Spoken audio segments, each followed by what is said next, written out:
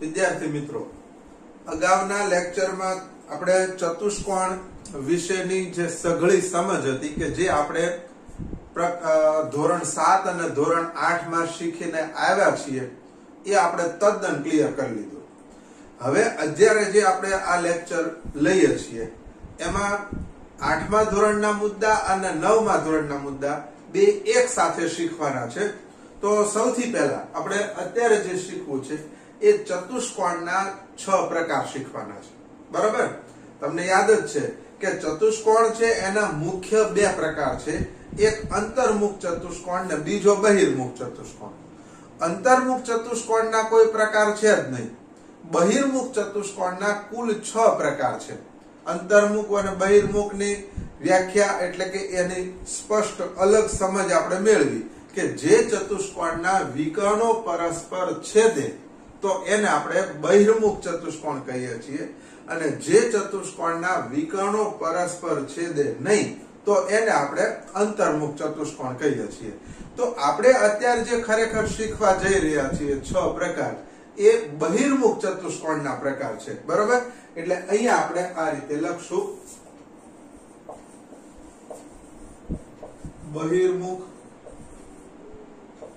ચતુષ્કોણના પ્રકારો. બરોબર? એમાં સૌથી પહેલો પ્રકાર આપણે શીખવો છે સમાંતર બાજુ ચતુષ્કોણ. બરોબર? સમાંતર બાજુ ચતુષ્કોણ એટલે શું? ક્લિયર કરતા જઈએ. જોઈ જુઓ. બરોબર કે જુઓ, આમાં બને ત્યાં સુધી આપણે આ યાદ રહ્યું અથવા શીખ્યા એવું ક્યારે કહેવાય તો કે 6 ચતુષ્કોણમાંથી કોઈ પણ ચતુષ્કોણનું નામ આપણને આપે અને આપણે એની સાચી આકૃતિ દોરી શકીએ તો સમજવાનું કે આપણે સમાંતર બાજુ ચતુષ્કોણ, સમબાજુ ચતુષ્કોણ, લંબચોરસ, ચોરસ, સમલંબ ચતુષ્કોણ કે પતંગાકાર ચતુષ્કોણ, આ 6 માંથી કોઈ પણની આકૃતિ આપણને દોરવાનું કે એટલે આપણે દોરી શકીએ. જો દોરી શકીએ તો સમજવાનું કે આપણે સમજી ગયા. એનું કારણ છે કે આપણે આકૃતિ ત્યારે જ દોરી શકીએ કે જ્યારે આપણે એના ગુણધર્મો ખબર હોય. બરોબર? તો સૌથી પહેલો સમાંતર બાજુ ચતુષ્કોણ. સમાંતર બાજુ ચતુષ્કોણ છે એની આકૃતિ આપણે બે જુદી જુદી રીતે દોરી શકીએ. જુઓ કેવી રીતે દોરવી. બરોબર, ધ્યાન રાખજો. આ પહેલા એક રેખાખંડ દોર્યો, આવડો જ રેખાખંડ એક બીજો દોરવાનો. જુઓ, આ બીજો દોર્યો. હવે આ બંનેને જોડી દો. બરોબર? જોઈ લો. બરાબર, ધ્યાન રાખજો.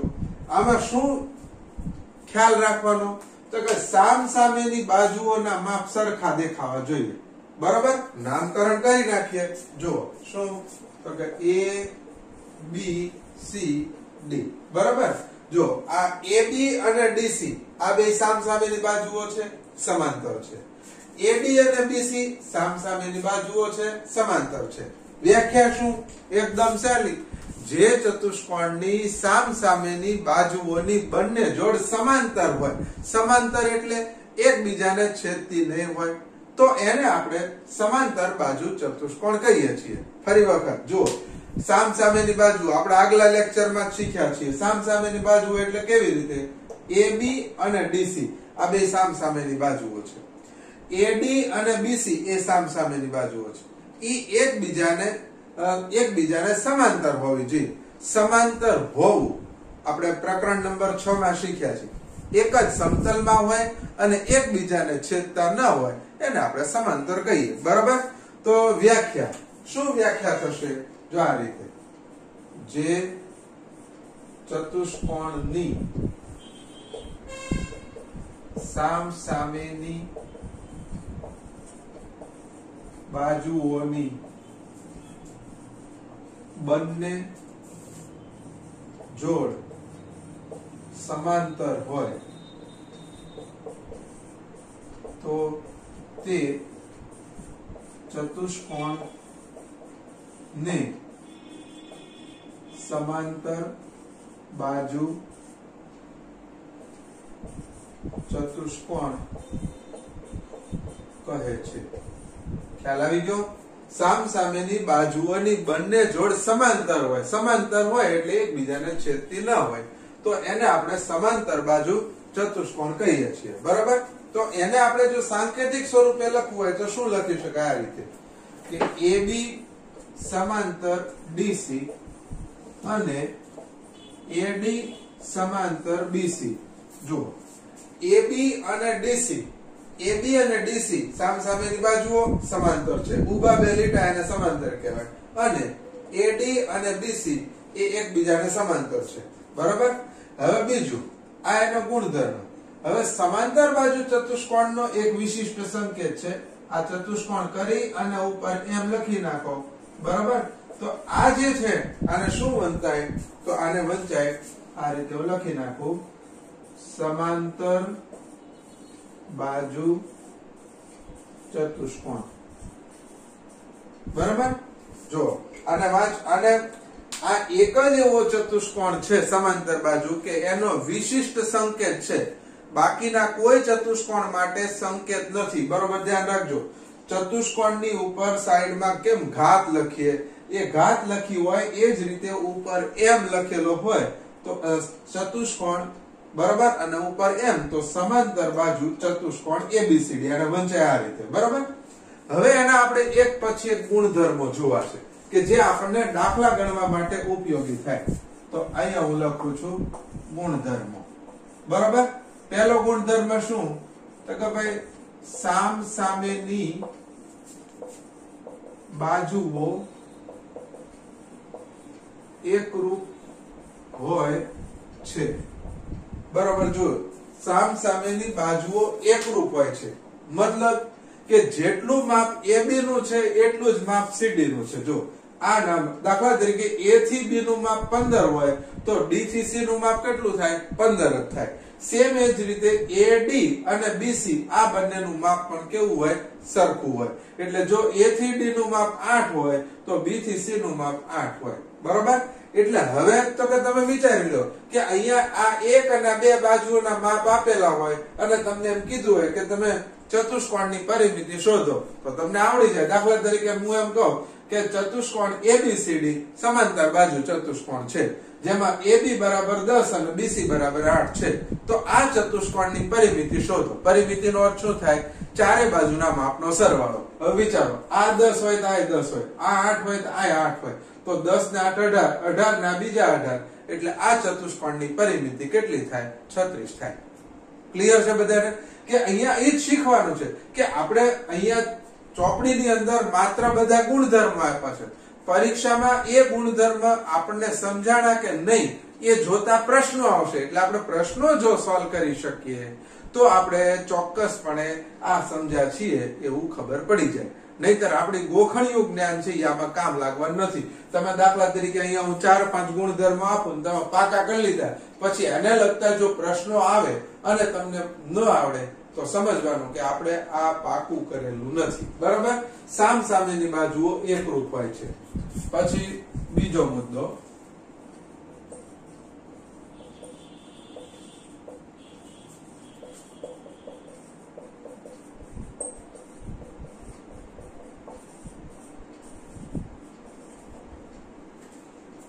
શું બીજો મુદ્દો છે?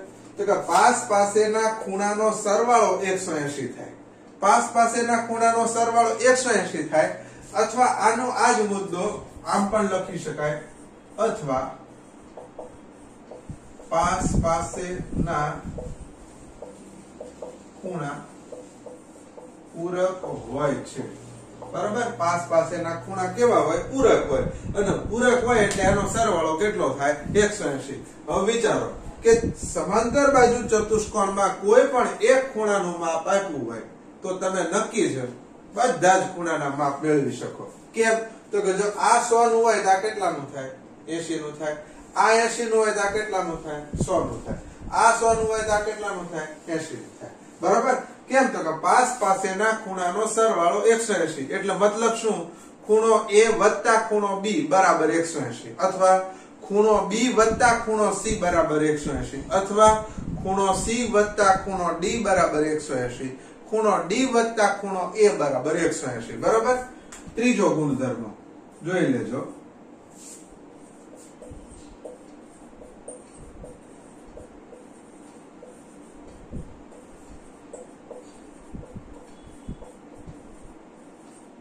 શું ત્રીજો ગુણધર્મ? લખ્યો સામસામેના ખૂણા સરખા હોય, મતલબ કે અહીંયા ખૂણા A નું માપ છે અને ખૂણા C નું માપ સરખું હોય, ખૂણા B નું ખૂણા D નું સરખું હોય, પાસ પાસેના ખૂણા પૂરક હોય અને સામસામેના ખૂણા સરખા હોય. બરાબર. ચાલો પછી નંબર 4, વિકર્ણો પરસ્પર દુભાગે છે. જોઈ લો, વિકર્ણો પરસ્પર દુભાગે છે એટલે શું આપણે ક્લિયર કરીએ. દાખલા તરીકે અહીંયા તમે જો ABCD ચતુષ્કોણ આપ્યો છે, એમાં હું બે વિકર્ણ દોરું છું. પહેલો વિકર્ણ AC અને બીજો વિકર્ણ BD. અહીંયા હું મધ્ય બિંદુ હું એમ લખું છું. બરાબર. હવે આપણે એવું તો નથી કહેતા બધા બે વિકર્ણો સરખા છે. તમે આકૃતિ જુઓ ત્યાં જ ખબર પડી જાય કે આમાં BD વિકર્ણ મોટો છે અને AC વિકર્ણ નાનો છે. ક્લિયર તો થઈ જ જાય. તો અહીંયા દાખલા તરીકે A થી C નું માપ 10 હોય તો AM અને CM આ બે 5-5 ના થાય. એ જ રીતે જો B થી D નું માપ 18 હોય તો B થી M અને D થી M બે કેટલા ના થાય? 9-9 ના થાય. ખ્યાલ આવે છે કે બંને વિકર્ણો પરસ્પર દુભાગે છે. દુભાગે છે એટલે બે વિકર્ણો સરખા નથી, બંને વિકર્ણો જે બિંદુએ છેદે એ બિંદુએ બે એક સરખા ભાગ થાય. મતલબ આ M છે એ બંને માટેનું મધ્ય બિંદુ છે. બરાબર. તમને આ બધા મુદ્દા એટલે વધુ ક્લિયર કરાવીએ છીએ કે જ્યારે તમે 10મા ધોરણમાં યામ ભૂમિતિ પ્રકરણ ભણશો, 7મું પ્રકરણ છે, એની અંદર આ મુદ્દા જો તમારી પાસે ક્લિયર નહીં હોય તો યામ ભૂમિતિમાં તમારે બેસી રહેવાનું થશે. બરોબર. જોજો, ખ્યાલ આવી ગયો. એટલે આપણે 4 મહત્વના ગુણધર્મો જોયા. સામસામેની બાજુઓ એકરૂપ હોય છે એટલે કે એના માપ સરખા હોય, પાસ પાસેના ખૂણાનો સરવાળો 180 થાય, સામસામેના ખૂણા કેવા હોય? સરખા હોય, અને ચોથો મુદ્દો વિકર્ણો પરસ્પર દુભાગે છે. બરાબર. વ્યવસ્થિત રીતે સરસ લખી દો.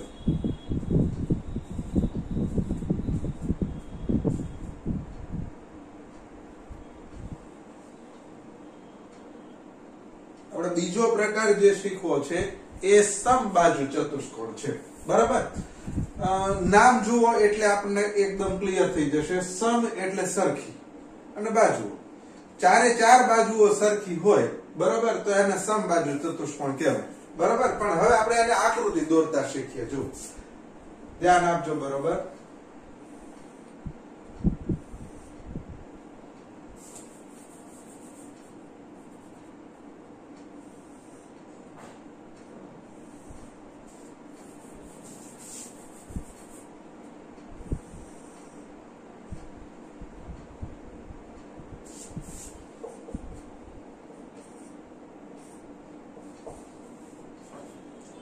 આમે જે આકૃતિ દોરી એ સમબાજુ ચતુષ્કોણ છે.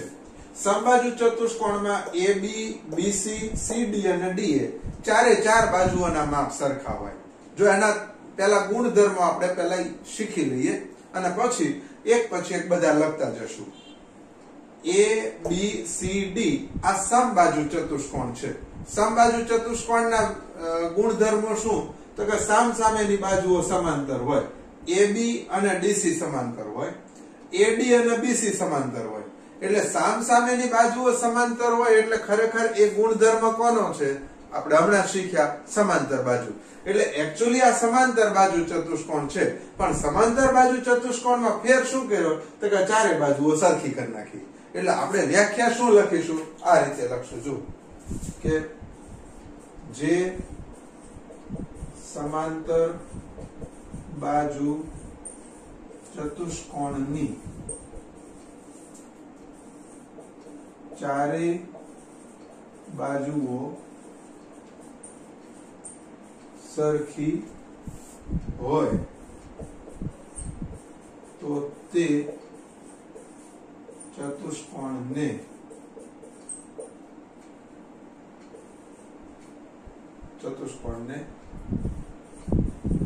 સમબાજુ ચતુષ્કોણ કહે છે. બરાબર. આમાં શું થયું? તો કે આ રીતે તો છે જ તે AB સમાંતર AB અને બીજું કોણ છે ડીસી બે સમાંતર છે એડી સમાંતર બીસી છે બરાબર હાલો હવે એના ગુણધર્મો જોઈએ જો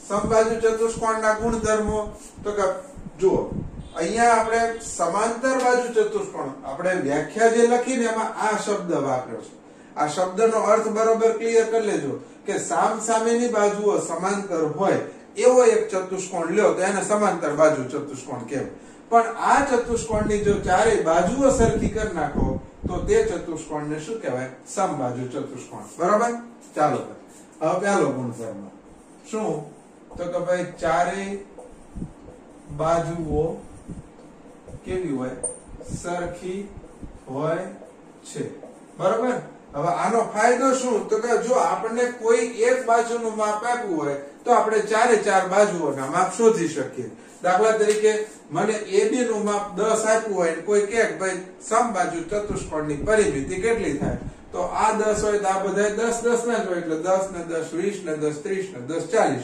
તો અહીંયા ABCD જે સમબાજુ ચતુષ્કોણ છે એની પરિમિતિ 40 થાય બરાબર છે એટલે ચારે બાજુઓ કેવી હોય સરખી હોય પછી બીજો મુદ્દો સેમ ઓલા આગળની જેમ જ તે તો કે ભાઈ પાસ પાસેના ખૂણા પાસ પાસેના ખૂણા પૂરક હોય છે બરાબર સમજી ગયા છો કે પહેલો ખૂણો અને બીજો ખૂણાનો સરવાળો 180 બીજાનો અને ત્રીજા ખૂણાનો સરવાળો 180 ત્રીજા ખૂણાનો અને ચોથા ખૂણાનો સરવાળો 180 ચોથા ખૂણાનો અને પહેલા ખૂણાનો સરવાળો 180 બરાબર પછી ત્રીજો મુદ્દો સામેના ખૂણા સમાન હોય છે બરાબર એટલે કે ખૂણા A નું માપ અને ખૂણા C નું માપ ખૂણા B નું અને ખૂણા D નું માપ સરખું હોય બરાબર પછી ચોથું પ્રત્યેક વિકર્ણ જે તે ખૂણાનો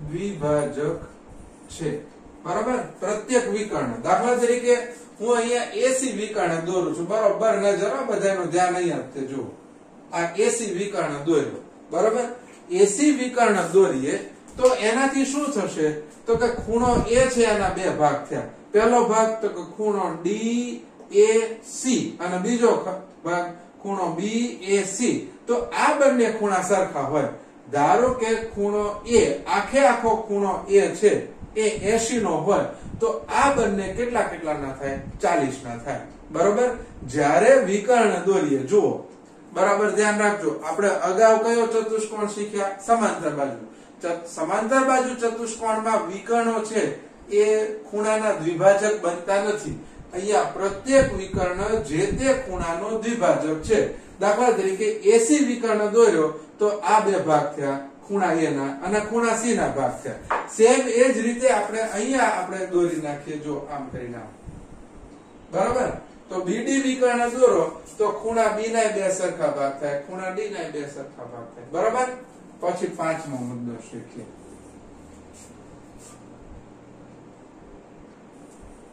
બંને વિકર્ણો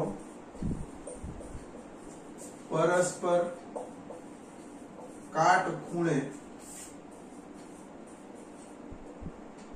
દુભાગે છે બંને વિકર્ણો પરસ્પર કાટખૂણે દુભાગે છે એટલે અહીંયા આ બંને ભેગા થઈ ત્યાં M બિંદુ મળે એટલે એક સાથે બે કામ થશે જુઓ આપણે સમાંતર બાજુ ચતુષ્કોણમાં શું હતું બંને વિકર્ણો એકબીજાને દુભાગે છે એટલે બે સરખા ભાગ કરતા હતા અહીંયા દાખલા તરીકે A થી B નું માપ 16 હોય તો આ બે 8 8 ના થાય બરાબર B થી D નું માપ 12 હોય તો આ બે 6 6 ના થાય અને બીજું કે આ બંને વિકર્ણ વચ્ચેનો ખૂણો હંમેશા 90 નો હોય જો લખ્યું છે કે બંને વિકર્ણો પરસ્પર કાટખૂણે દુભાગે છે કાટખૂણે માત્ર દુભાગે છે એટલે બે સરખા ભાગ કરે છે અને કાટખૂણે દુભાગે છે એટલે બે સરખા ભાગ કરે છે અને એકબીજા સાથે 90 અંશનો ખૂણો બનાવે છે બરાબર તો સમબાજુ ચતુષ્કોણના આ મુખ્ય 5 ગુણધર્મો આપણને આવડવા જોઈએ બરાબર.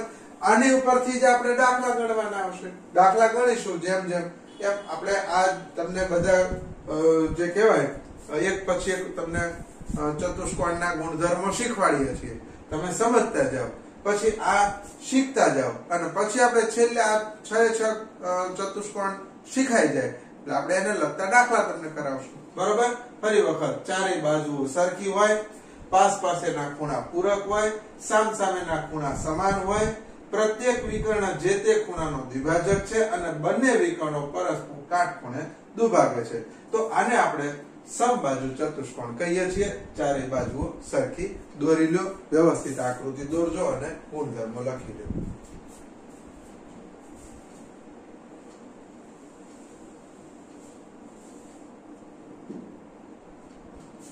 ત્રીજો પ્રકાર છે લંબચોરસ. એકદમ ફેમસ, બધાને ખબર હોય એ પ્રકારનો છે. બરાબર. આપણે આકૃતિ દ્વારા ક્લિયર કરી લઈએ. જો આ રીતે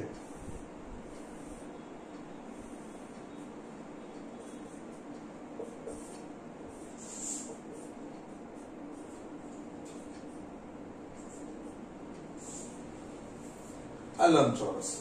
લંબચોરસની વિશેષતા શું છે?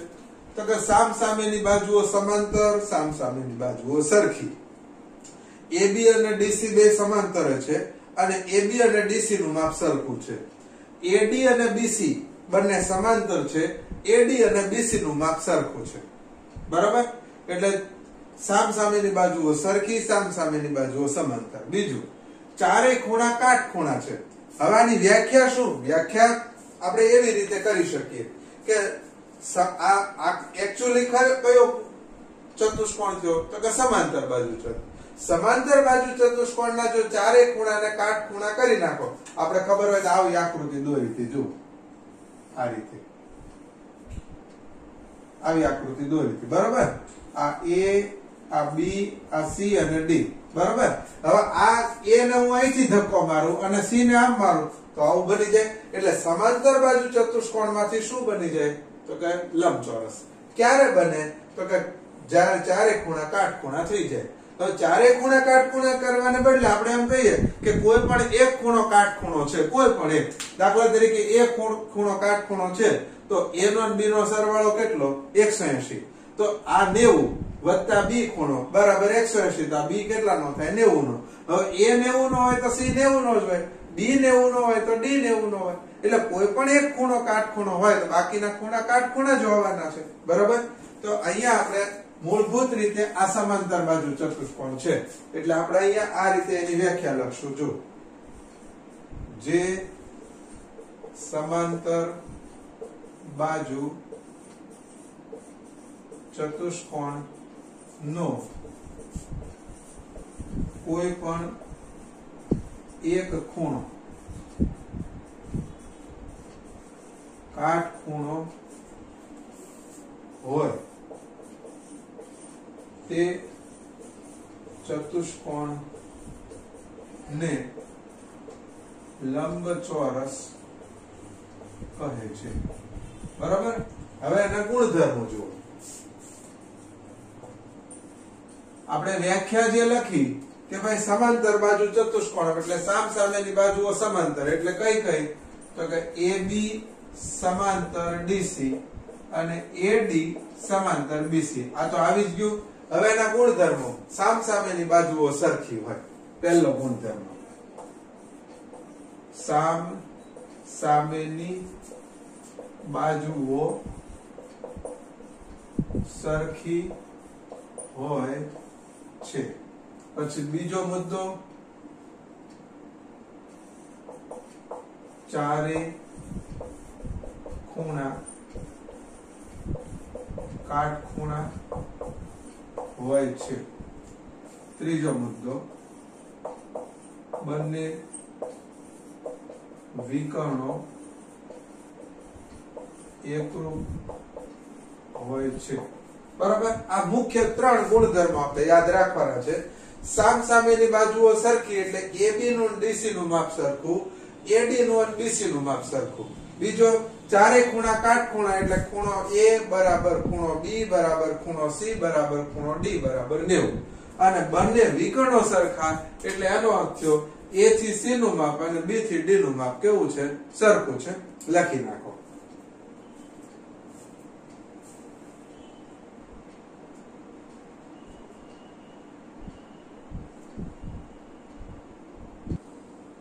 તો આપણે ચોથો પ્રકાર શીખવો છે ચોરસ.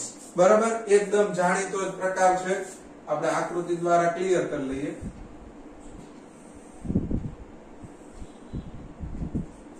A B C D. બરાબર? જો AB અને CD સમાંતર છે, AD અને BC સમાંતર છે. એટલે મૂળભૂત રીતે આ કયો ચતુષ્કોણ? તો કે સમાંતર બાજુ. બધા જ ચતુષ્કોણ સમાંતર બાજુ ચતુષ્કોણ ઉપરથી આપણે યાદ રાખવાના. એટલે સામસામેની બાજુઓ સમાંતર. હવે તો કે આમાં શું છે? તો કે એના ચારે ખૂણા કાટખૂણા છે. ખૂણો A, ખૂણો B, ખૂણો C અને ખૂણો D. આ ચારે ખૂણા કાટખૂણા. અને ચારે બાજુઓ કેવી છે? સરખી. બરાબર? હવે આનું લખાણ શું લખશું? તો કે જો આ રીતે, જે સમાંતર બાજુ ચતુષ્કોણનો કોઈ એક ખૂણો કાટખૂણો અને બધી જ બાજુઓ સરખી હોય તો તે ચતુષ્કોણને શું કહેશું? ચોરસ કહે છે. બરાબર? ચાલો જોઈ જો. આમાં તે ઓલાની જેમ શું? તો કે AB સમાંતર DC અને બીજું AD સમાંતર BC છે. બરાબર?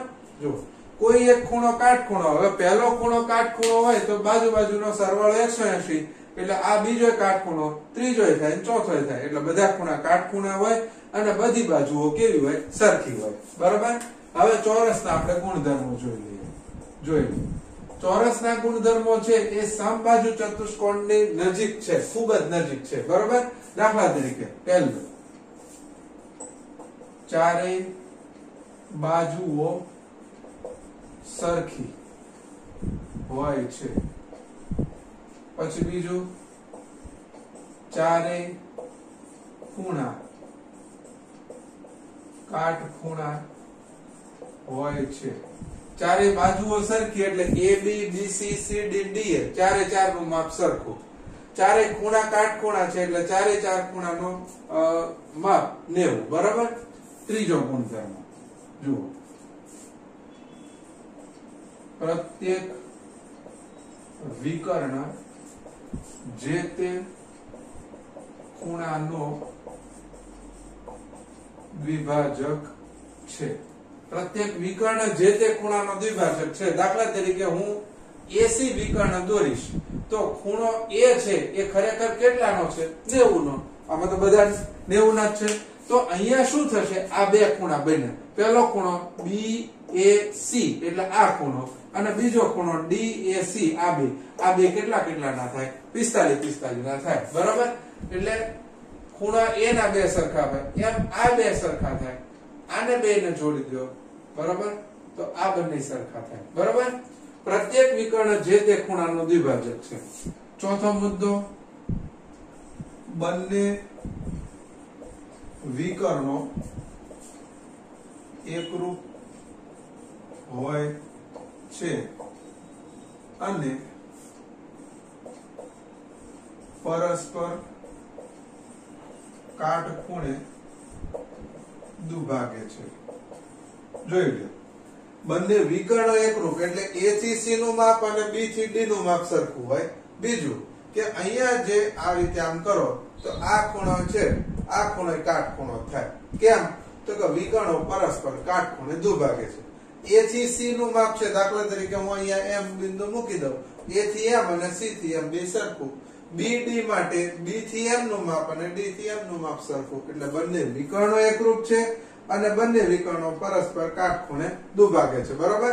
જો ચારે બાજુઓ સરખી, ચારે ખૂણા કાટખૂણા, પ્રત્યેક વિકર્ણ જે તે ખૂણાનો દ્વિભાજક બંને વિકર્ણો એકરૂપ અને પરસ્પર કાટખૂણે દુભાગે છે. બરાબર, વ્યવસ્થિત રીતે આ ચોરસ માટે લખી નાખો.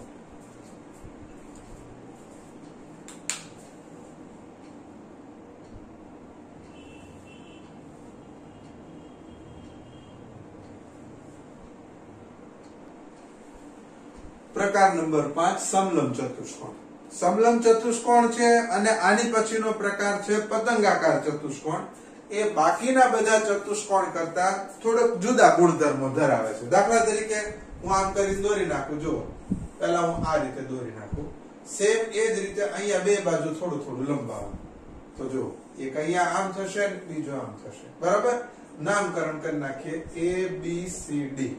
બરાબર, હવે જો આ જે ચતુષ્કોણ બન્યો, આ ચતુષ્કોણને આપણે સમલંબ ચતુષ્કોણ કહીએ છીએ. સમલંબ ચતુષ્કોણનો વિશેષતા શું છે? તો કે બાજુઓની એક જોડ છે એ સમાંતર છે. દાખલા તરીકે AB અને DC જો આ એકબીજાને સમાંતર છે, પણ AD અને BC એકબીજાને સમાંતર નથી. બરાબર, વ્યાખ્યા શું થાય? તો કે જે ચતુષ્કોણની સામસામેની માત્ર એક જ જોડ સમાંતર હોય, સામસામેની બાજુઓની માત્ર એક જ જોડ સમાંતર હોય તો એને સમલંબ ચતુષ્કોણ કહેવાય. બરાબર, લખી લઈએ. જો, જે ચતુષ્કોણની સામસામેની બાજુઓની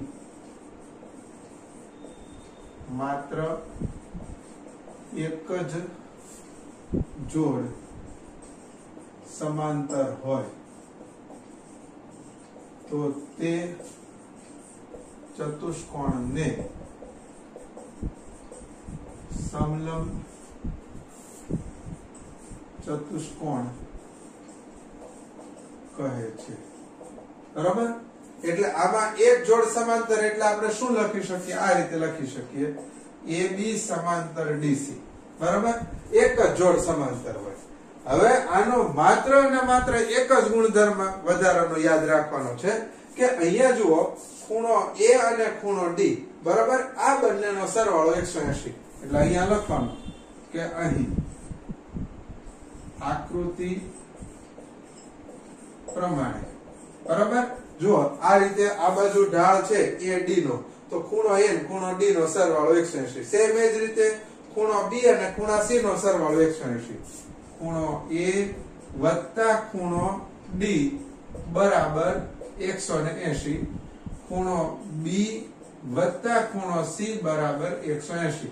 હવે જો આકૃતિનું સ્વરૂપ બદલી નાખો, ધારો કે, તો આ પ્રમાણે બદલાઈ જાય. દાખલા તરીકે હું એક બીજી આકૃતિ દોરું છું.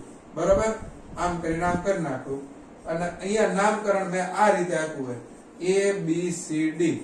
બરાબર, તો હવે આ આકૃતિ માટે શું થશે?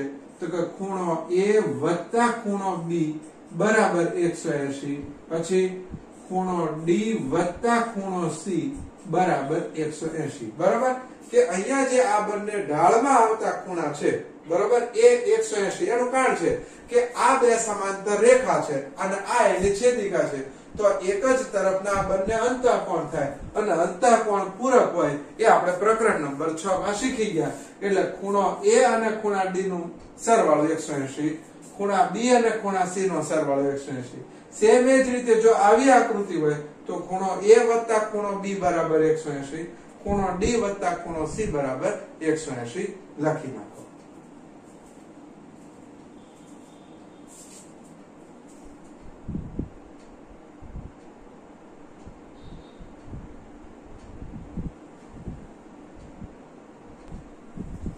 છઠ્ઠો પ્રકાર પતંગાકાર ચતુષ્કોણ. આપણને ખ્યાલ જ છે, તમે બધા પતંગ ઉડાડતા જશો એટલે પતંગાકાર ચતુષ્કોણ એટલે આકાર બધાના માઇન્ડમાં સેટ છે.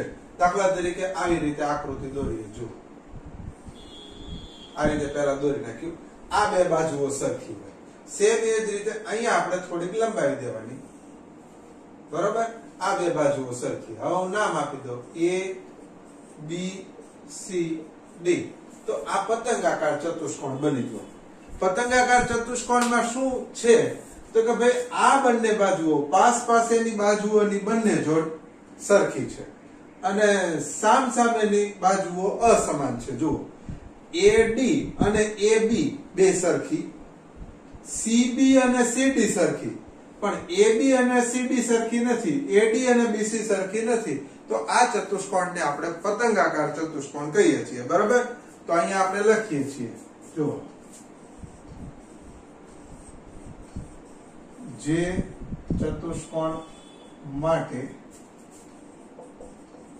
પાસેની બાજુઓની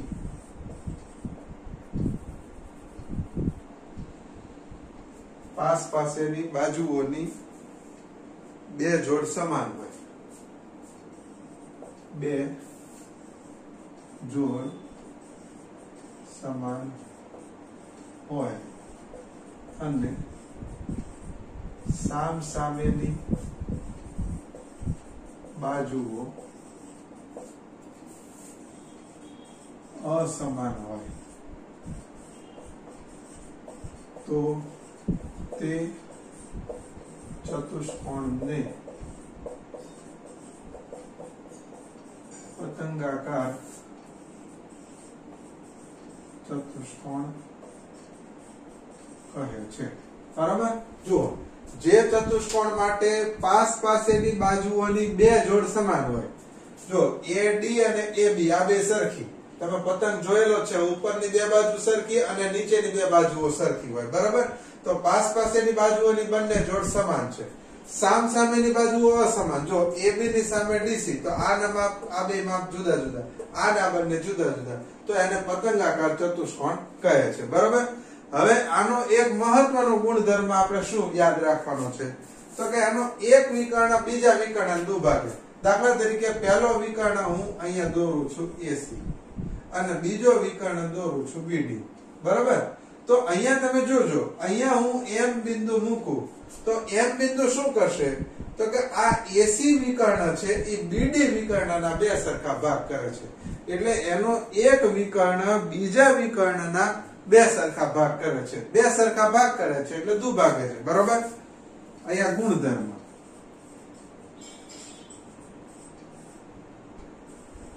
આ ચતુષ્કોણ નો એક વિકર્ણ બીજા વિકર્ણને દુભાગે છે. બરાબર?